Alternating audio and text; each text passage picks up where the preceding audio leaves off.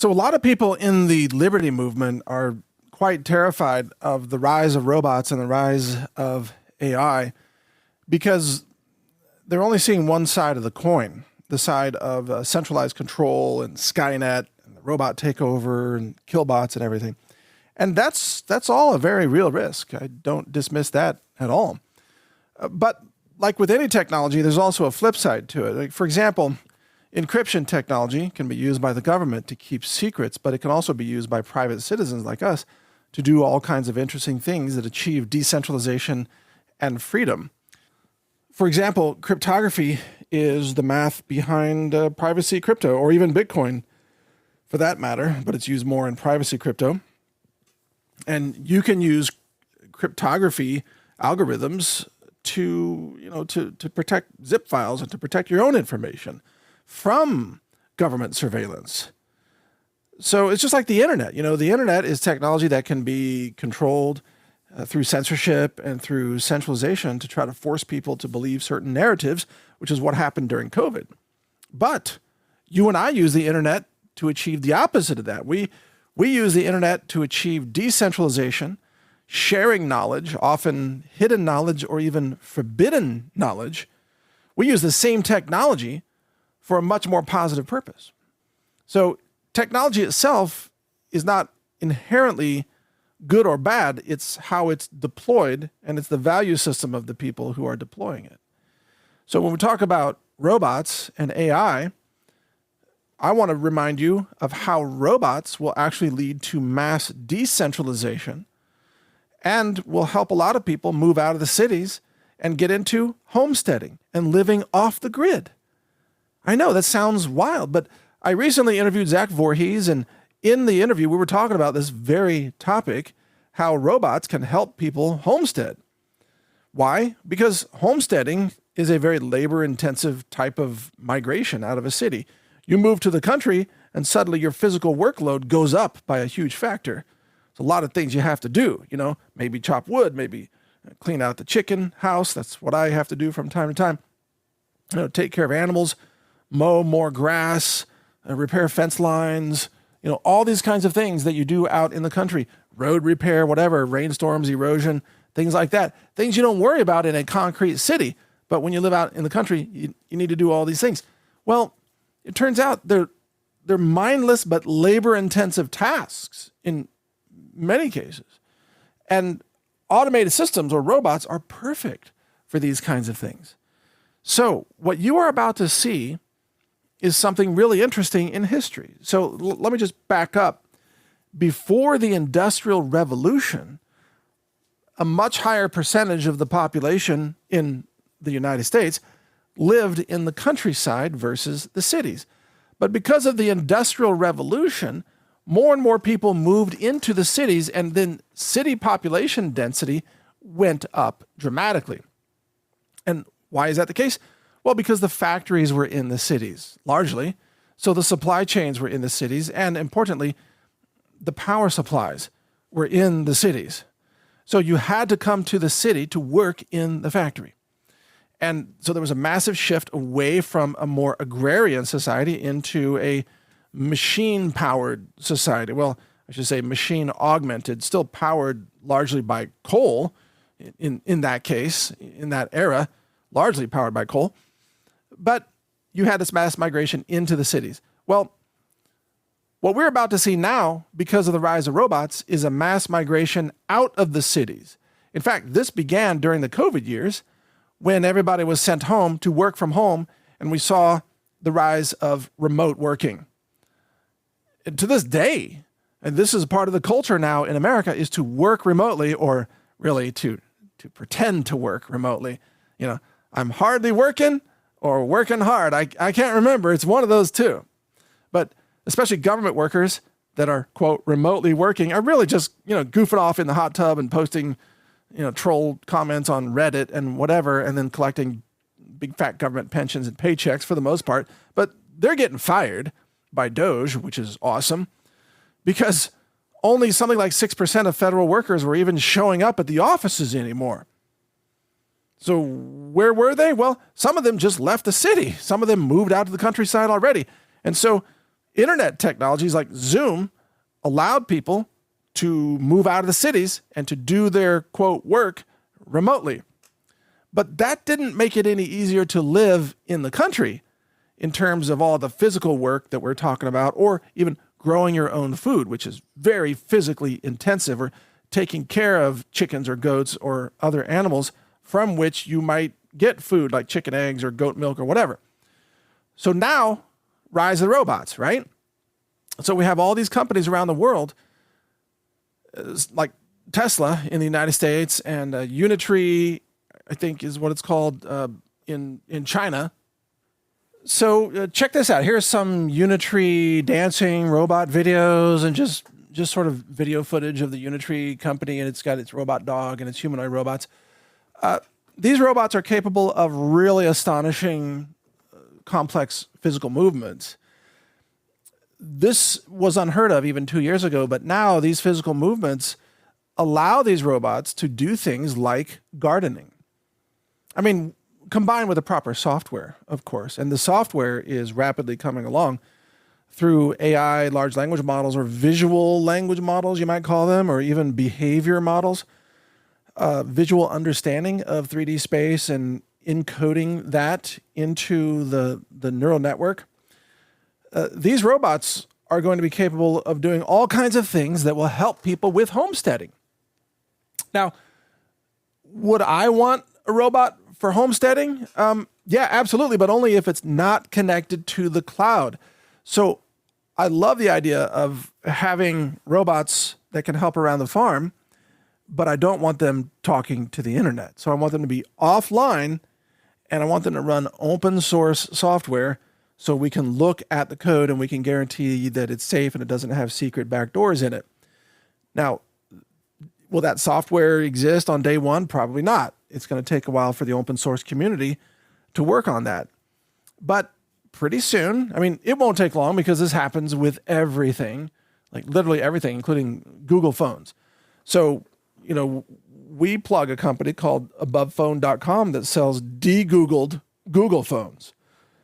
So they're mind wiped and they're replaced with a whole new Android operating system that has no trace of Google in it at all. Well, the same thing is going to happen with humanoid robots. So you might have a Unitree robot from China and you're going to mind wipe it and you're going to upload the new like off-grid, living firmware. And then you'll have a robot that has totally new software, but it's got all the physical hardware that comes from China or maybe comes from Tesla. If you buy a Tesla model made in America, again, you'll be able to mind wipe it and you'll be able to install some new software. And once you have that, based on where technology is going rapidly, you'll be able to teach that robot how to help you with a number of tasks related to homesteading. One of those tasks could be obviously security. Stand guard like the Terminator at night and just keep a watch on everything, with your infrared cameras or whatever, your Terminator eyes. Just don't give it an AR-15. Just have it watch for things, and it can walk around the perimeter, keep an eye on things and watch out for garden hose leaks or wild animals that show up or whatever kinds of things happen in the country, and then you can tell it, hey, go collect the chicken eggs. Now, the first time you tell it to do that, you're going to have to show it where are the chicken eggs and then how do you collect them? What do you do first? Oh, you grab a basket or a bucket and then maybe you put some crumpled paper in the bottom of that bucket to cushion the eggs, right? So you have to show it all these steps. And then you go in there and then you grab the eggs. And what do you do if there's a hen sitting on an egg? You reach under the hen. That's what you do. And you don't worry if it pecks your hand, as they sometimes will do. So you have to teach the robot to reach under the hen without hurting the hen, and then feel for the egg. You get the egg, just steal it. That's what we do. We steal their eggs. Poor hens. And then, you put it in the bucket. Now you've collected eggs. Okay, what's next? Hey, make an omelet. Make an omelet out of the eggs. Okay, so we go to the kitchen, right? And we have to show it the first time. Oh, we're going to chop up these things. Here's a cutting board. Here's a knife. Be careful with that knife. Don't wield it on other people. Don't go full Terminator. So now I know this violates one of my rules, which is never have a humanoid robot with opposable thumbs. But I am talking about an open source software wipe here. Okay. So in this case, the software is different. I wouldn't want a factory robot with opposable thumbs because it can grip knives and things like that. I'm talking about open source safe bot, like a de-Googled, like a de-Teslafied, de-Chinafied robot, whatever it is. It's now your homegrown robot. And you teach it how to make an omelet. All the steps. There are a lot of steps, turns out, to making an omelet. And once you teach it, it can do that. So now you have a robot that can collect eggs and make breakfast. Well, what else can it do? It can grow green peppers. It can grow tomatoes. So now you have to teach it. Where are all the garden tools? Etc. Where's the wheelbarrow? How do you use a shovel? And remember, these robots are pretty small, so they're going to have small shovels at first, which is okay. You just have to spend more time shoveling.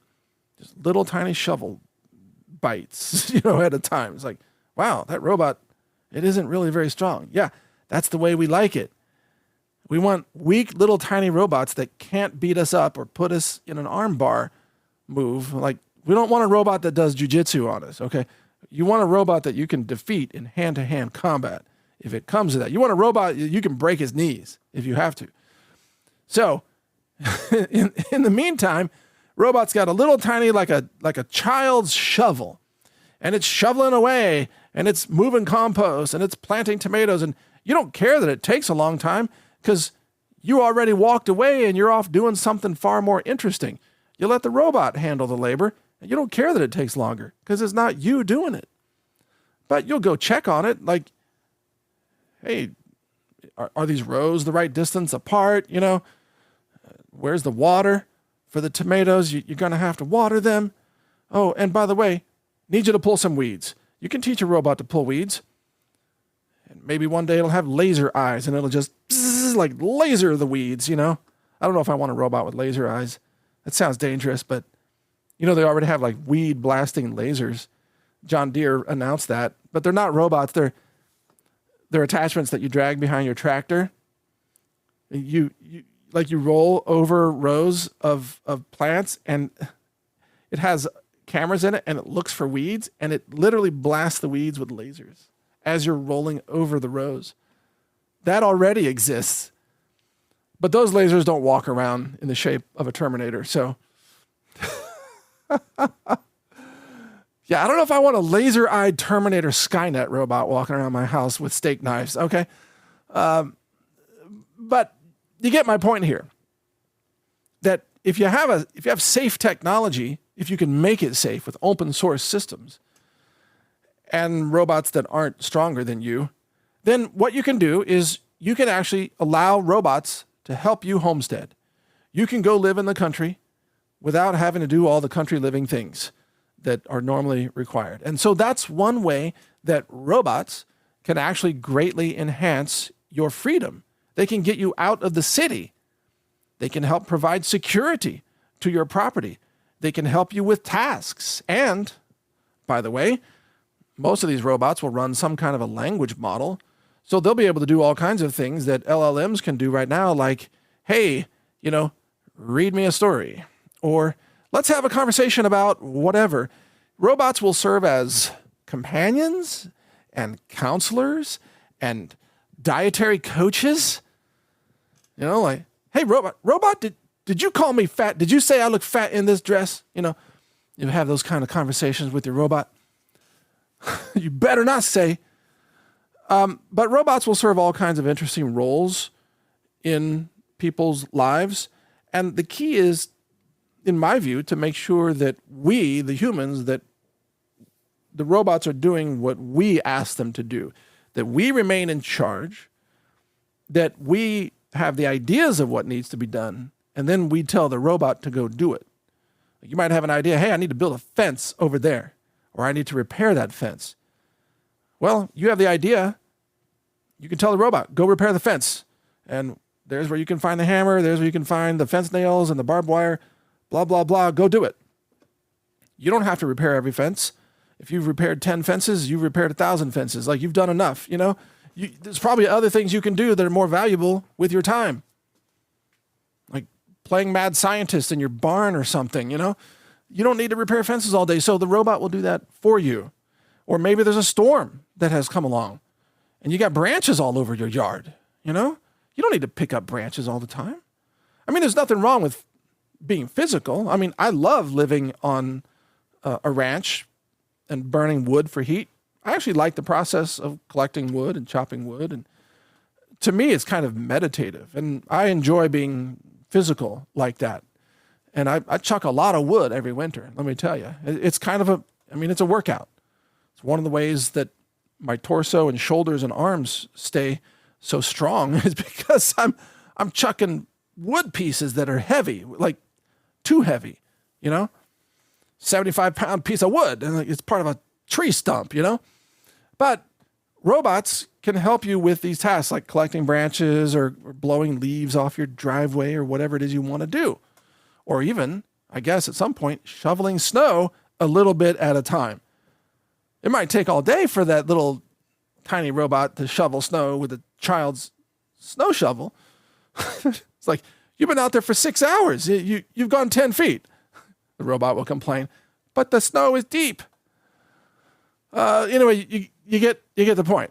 But a small robot like that would be really great at climbing under your car to change your oil. Ever thought about that? Say, hey, here's a strap to undo the oil filter, and then here's a ratchet to undo the oil drain plug, and don't put your face under the oil drain plug because oil's going to come out there. You know, teach it how to change the oil or do other interesting tasks like, hey, how about vacuuming the car? Yeah, you need to vacuum the car. And here, robot, you suck. Now direct it at the car. And try not to suck up all the quarters and pocket chains that are all over the floor. Or in my case, like silver coins that I've lost track of. I found on the floor of my car. Because, well, long story on the silver coins, but I did find a bunch of silver coins. It's like, oh, there's where they are. Anyway, you get the idea. So living in a city has a lot of conveniences, but those conveniences are going to be made relatively obsolete. Or I should say they'll be compensated by robots that will help you live in rural areas. And I think Elon Musk is right when he says that every family in America, or nearly every family, eventually will have at least a robot, maybe a couple of robots. Once you have one and you find out how useful it is, you're like, well, can we afford another one? You know, a robot can play ping pong with you at various skill levels. A robot can play chess with you also. You know, it can help you use your brain instead of sitting there watching daytime television. You know, morons like Joy Behar. Blah, blah, blah. You could sit down and play a game of chess with a robot. See, people say that robots will make your brain lazy and AI will make you stupid. No, not if you use them correctly. They'll make you smarter because they will force you to exercise your brain. You will have to do more. You can even ask your robot to teach you something. You can say, hey, robot, I want you to act like a college professor. I want you to teach me the entire curriculum of, let's say, atomic physics. Start from lesson 1, and I want it to be a 30-hour course. We'll do an hour a day for 30 days. Go. And it will do that. It will do that. It will have the knowledge to do that. It can help you solve problems, or it can teach you almost any subject that you want to learn about. Because the entirety of human knowledge, it turns out, isn't that much. I mean, okay, don't get me wrong. It does take a few hundred terabytes, almost a petabyte of storage space, I've come to discover. But a petabyte, given where things are going, is not that much. I mean, pretty soon there'll be a petabyte of storage in a robot's head, or maybe, let's say, hundreds of terabytes. And it won't be a big deal, you know, because of Moore's law. Moore's law, right? The number of computational elements doubles every 18 months, or the computational density of a microchip doubles every 18 months. Moore's law tells you that we're going to have a petabyte of memory in a robot's head before too long. You know, just do the math. And if you can't do the math, just ask DeepSeek to do it for you because it can do the math. And for those of you ladies listening and you're wondering, like, what would I do with a robot? Well, you'll have it as the passenger in your car when you have to go somewhere and you're worried about security and you have to walk through a parking garage or something. Hey, robot, follow me. See, I have a security dog, as you know, a Belgian Malinois, a real physical, kick-ass, highly athletic dog that's trained. But that's expensive. Probably robots will be cheaper than my dog. And a robot can record everything if you want it to. You say, robot, go into surveillance mode and be on alert. The robot say, I'm on alert. I'm in, T1000 mode. Don't give it any firearms or knives. Just ask it to look around, like, cover me. I'm walking through the parking garage. Or, walk with me. I'm going to the ATM. Make sure nobody messes with me. Make sure nobody pickpockets me, Or, I don't know, you're picking up dry cleaning or something, and you just tell the robot, go in and get my dry cleaning. Here's a ticket. And the robot will go in and handle that for you. You don't even have to go in. So, seriously, depending on what you want to do, there's a lot of ways that a robot can help you do that and help keep your physical body safer in an uncertain time when there might be a lot of increased crime out there. Who knows? Depends on, I guess, whether you're in a sanctuary city or not. If you're in a sanctuary city, you're going to need extra security. If you're not in a sanctuary city, you might have your Glock and your dog. Anyway, if you add a robot to that, now you've got an extra layer of defense. Seriously. Now, personally, I would prefer an American-made robot for lots of reasons. I want to support American companies, and I'm not entirely sure about the security risks of non-American robots. I don't know. I mean, I'm open to all kinds of ideas, especially when we have open source operating systems. But I'm really watching Tesla and their robots, and I'll probably be one of the early adopters, buy one of his robots and put it in my studio, and we'll test it in the studio. And I'll show it on camera. I'm like, hey, sweep the floor. Run a XLR microphone cable from here to there. See if you can do that. We'll just test it, see what it can do, and we'll show you what it can do. And it'll probably be funny because it'll fail at certain things. It'll stumble down the stairs and it'll face plant on the concrete. And we'll go, oh, we didn't teach it how to walk down those stairs. Okay. Well, good thing we have the warranty plan on this one because its face is all smashed. But whatever. And then we can do kickboxing with the robot. A robot can train with you, by the way. It can hold up the punching targets, and it can train you in Krav Maga or BJJ striking or even eventually maybe wrestling, whatever. It can train with you. It can be your fitness coach. It can do jumping jacks and follow me, 1, 2, 3, It'll be like Richard Simmons, jumping jacks, 1, 2, 3, push-ups, 1, 2, 3. It'll be like Richard Simmons, but just less gay. And we miss that guy, don't we? We miss Richard Simmons. We miss how he would bring a little bit of gay levity to every day. Back in the day when gay meant happy, he would bring some gayness to your day. Richard Simmons, yeah. Anyway, great guy. He was helping Americans get fit before it was cool. He just made it. I don't know. He made it approachable. He was whatever. We're gonna have the Richard Simmons Robo version, and if you want, you can put like a little Robo skirt on it, and you can gay up your robot if you want it to talk like Richard Simmons. You can tell it to, whatever. If that's what you need to start doing, push-ups and sit-ups, go for it. Whatever floats your boat, man. Just don't abuse your robot, okay? That's all I'm saying. Just don't cross the boundaries there. Just do the jumping jacks. I interviewed Michael Yon, and Michael Yon, you'll hear this interview in a few days. Michael Yon was telling me, and I think it's okay that I say this because we're not saying the guy's name. He didn't ask me not to say this, but in Japan, he met a guy who has married a doll, like an anime doll, some kind of famous Japanese cartoon character with the big eyes, kind of like the Japanese cartoon art. Anyway, he sent me a picture. I'm not going to show it because I don't want to violate the guy's privacy. But this dude, it's like a good-looking young Japanese guy. He looks handsome and friendly and everything, and he married a doll. He married an actual doll. I saw the photo, and the doll has blue hair, that's like 6 feet long. Seriously, the hair, if the doll is standing, the hair is touching the floor. And it's blue hair. And it's wild. It looks just like a cartoon animation character.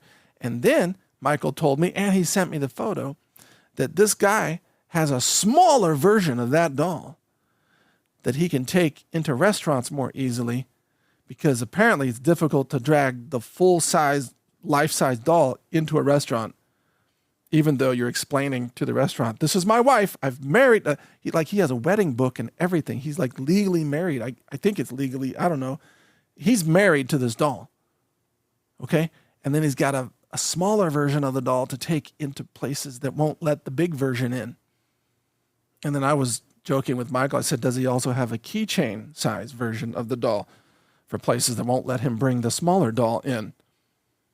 And it's like a doll within a doll within a doll. It's like Russian dolls now. You can stack them. Like he's married 3 in 1, and would that be called dolligamy? If you've married 3 dolls, is that a form of polygamy? Is it? If you've married 3 in 1 dolls?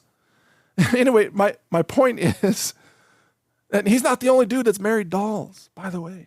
But my point is, if you think that's crazy, wait until people start getting robots that can move around and stuff, that they can dress up like they're dolls, but they can walk into the restaurant. So then he doesn't have to have a smaller version of his doll. He's just like, robot, come with me. And the robot like wearing a wig. It's going to look like the transgender man. It's like, it's ma'am. But it's a dude with a wig and a push-up bra with stuffing in it.